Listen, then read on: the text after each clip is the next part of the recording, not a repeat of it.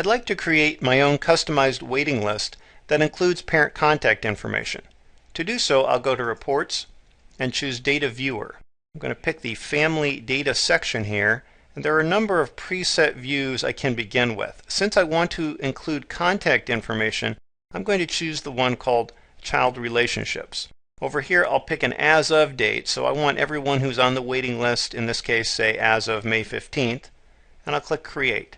And then we'll just give this report a name. We'll call this Waiting List with Contacts. And then I want to select only certain fields to show on the report. I'm going to go to the Choose Fields button here.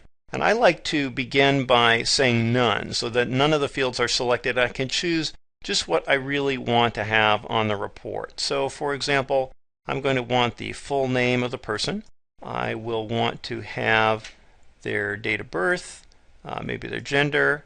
I'm going to want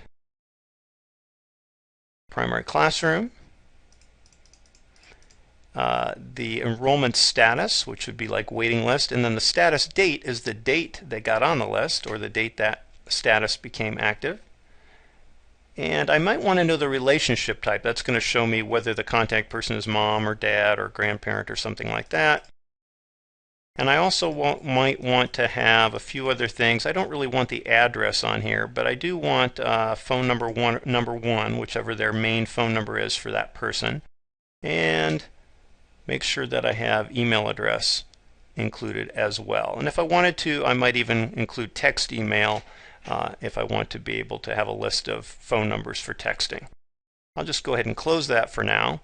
And things are looking pretty good. I might want to rearrange the fields a little bit. I might drag the classroom over to the left-hand side here. Date of birth, I've got gender. I might want to actually move the status over. Maybe I'll move the enrollment status over here. I'll move the date they got on the list over here. I've got their name, I've got their date of birth, I've got their gender, and then maybe I want to have, say, the relationship type, like mom or dad, followed by the phone number and the email address. So that looks like a pretty good basic layout to me. Now there are a few other things I'm going to want to do. One of those is I might want to have this list organized by classroom or grouped by classroom. To do that, I can drag the classroom heading into this gray area of the screen, and that will now give me a section break after each classroom. So here's before and after school, people waiting for that, infant's room, and so on. But one thing you'll notice as I'm scrolling through my list right now, under enrollment status, there are a lot of children showing up who are enrolled. I might have some other statuses as well. I really only want people who are currently on the waiting list. So to do that, I'm going to go to the enrollment status header and hold my mouse over the little funnel or filter icon in the upper right corner of that header. And then I'm going to say I only want to include people who are on the waiting list. And now if you look, that's all I have left here showing up. I don't really need this column to stay on the report anymore because I know these are now kids on my waiting list. So if I wanted to, I could actually hide that column.